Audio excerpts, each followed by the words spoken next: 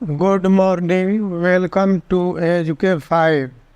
Math समझनी है तो वीडियो को पूरा देखिए और चैनल को अभी तक सब्सक्राइब नहीं किए तो प्लीज़ सब्सक्राइब कर दीजिए। आज का मैथ है find the sum of all 3 digit number natural numbers which are multiples of 11। यानी 3 डिजिट का नेचुरल नंबर्स ज्ञात करना है जो 11 से भाग लगे, यानी 11 का मल्टीपल्स हो। और ये प्रश्न आया है 2009, 2012 और भी आया होगा, लेकिन 12 तक का रिपोर्ट है। तो इसमें इस प्रकार के बहुत सारे प्रश्न आते हैं। उसमें 2 डिजिट का भी आते हैं, 3 डिजिट्स का भी आते हैं, 4 डिजिट्स का भी आते हैं, लेकिन कॉमन जो मैथ आता है वो 2 डिजिट्स और 3 डिजिट्स, यही 2 तरह के प्रश्न आते हैं। और उसमें ऑड नंबर का मल्टीपल खोजता है, पूछता है कि 7 या फिर 5 या फिर 3, 11, 13 इस तरह के डिवाइजिबल होना चाहिए, यानी उसके मल्टीपल्स में नंबर्स होने चाहिए। तो इसे हम पता कैसे करेंगे कि ये नंबर्स हमारा कौन सा है? तो सबसे पहली बात आती है कि हमारा 3 डिजिट्स का नंबर कहाँ से स्टार्ट होता है। तो 3 डिजिट्स का नंबर आपका शुरू होता है 100 से, और 100 के बाद होगा 101, 102, 103 और इसी तरह चलते चलते 999 हो जाएगा, 99939। अब ये हमारा डिजिट्स है, नंबर्स हैं, 3 डिजिट्स के नंबर हैं और ये बिल्कुल नेचुरल नंबर है। अब सवाल उठता है कि हमारा 11 का मल्टीपल कैसे पता चलेगा। तो 11 का जिसका भी मल्टीपल दिया रहे उससे आपका फर्स्ट जो है ये जो है इसमें भाग दीजिए। जैसे हम भाग देते हैं आपका 11 से 100 में, तो ये 9 टाइम्स होगा और ये 9 हो गया, मात्र बचा 1। अब इस 1 में भाग तभी लगेगा जब हम इसमें +10 जोड़ेंगे, तो ये 11 हो जाएगा और इसमें हमारा भाग लग जाएगा। ठीक है, इतना आप समझ रहे हैं। तो इसका मतलब कि हमें अगले अंक में 10 जोड़ेंगे तो हमारा फर्स्ट टर्म पता चल जाएगा, यानी 100 + 10 बराबर 110। ये हमारा फर्स्ट टर्म हो गया। तो इस प्रकार अब हम चलते हैं और let us start without delay solution की ओर। सॉल्यूशन, अब हमें पता चल गया कि फर्स्ट टर्म क्या है। तो 3 डिजिट नेचुरल नंबर्स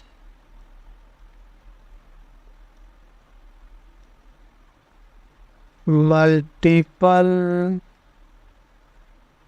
ऑफ 11 है ना, 1 1 10। अब सब इस टर्म में आपका कॉमन डिफरेंस 11 हो गया और ये फर्स्ट टर्म हो गया। तो आप अगला हर टर्म ज्ञात करेंगे, जैसे हम करते हैं a + d, a + 2d, a + 3d, और ऐसे हमारा चला जाता है n तक, और यहाँ हो जाता है n-1, है ना। इस तरह से हम बढ़ते जाते हैं। तो हमारा ये AP सीरीज क्या हो गया? AP सीरीज हो जाएगा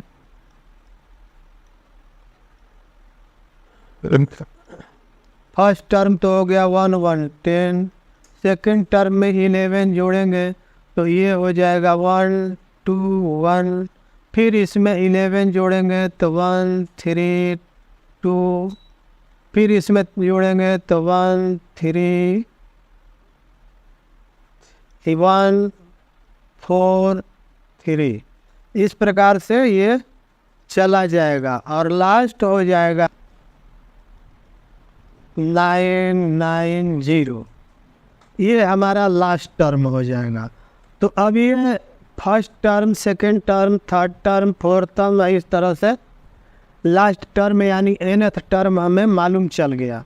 तो नंबर ऑफ टर्म्स कितना है, चूँकि हमको सम में नंबर ऑफ टर्म्स की आवश्यकता पड़ेगी। जब भी हम सम निकालेंगे तो ये कितने हैं इनका हमें नंबर निकालना होगा कि कुल टोटल नंबर कितने हैं, और उस नंबर के माध्यम से हमें सॉल्व तक यानी सम तक पहुंचने में मदद मिलेगी, यानी सम हम निकाल पाएंगे। तो चलिए देखते हैं कि here first term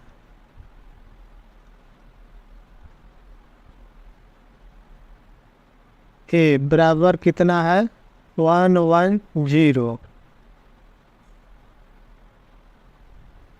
common difference D बराबर कितना है 11, लास्ट टर्म एल बराबर हो गया 990, हो गया ना। अब हम पहले एन टर्म निकालेंगे, यानी एनवा टर्म हमारा टी एन, ये बराबर हो जाएगा A plus N minus 1 into D. एनवा टर्म है 990 इज इक्वल टू ए कितना है 110 प्लस ये हो गया एन माइनस 1 और डी क्या है 11। तो ये बराबर हो गया 110 mine plus 11 1 minus 11, this tends to. अब देखिए ये 11 एन है, इसको हम लेफ्ट साइड लाते हैं और ये 990 को हम ले जाते हैं राइट साइड। तो यहाँ पर आपका हो जाएगा माइनस 11 एन, चूँकि साइन बदल जाएगा पोजीशन बदलने से, और ये हो गया 110 minus 990 minus 11 is equal to minus 880 minus 11 is equal to minus 891, ये हो गया। This tends to n is equal to minus 891 divide minus 11 is equal to 81 है। एन का मान कितना आया 81।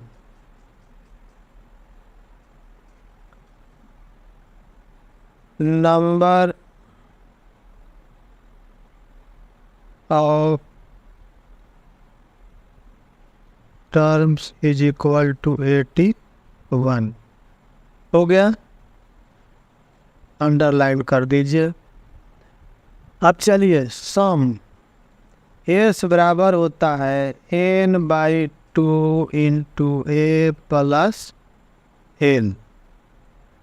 तो 81 है, यहाँ S 81 is equal to 81/2 into 110 plus 990, ये हो जाएगा आपका 81/2 into 1100।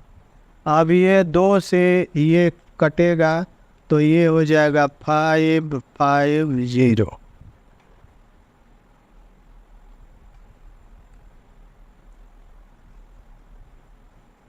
S81 is equal to हो जाएगा 81 इंटू 550 बराबर हो गया ये 44550।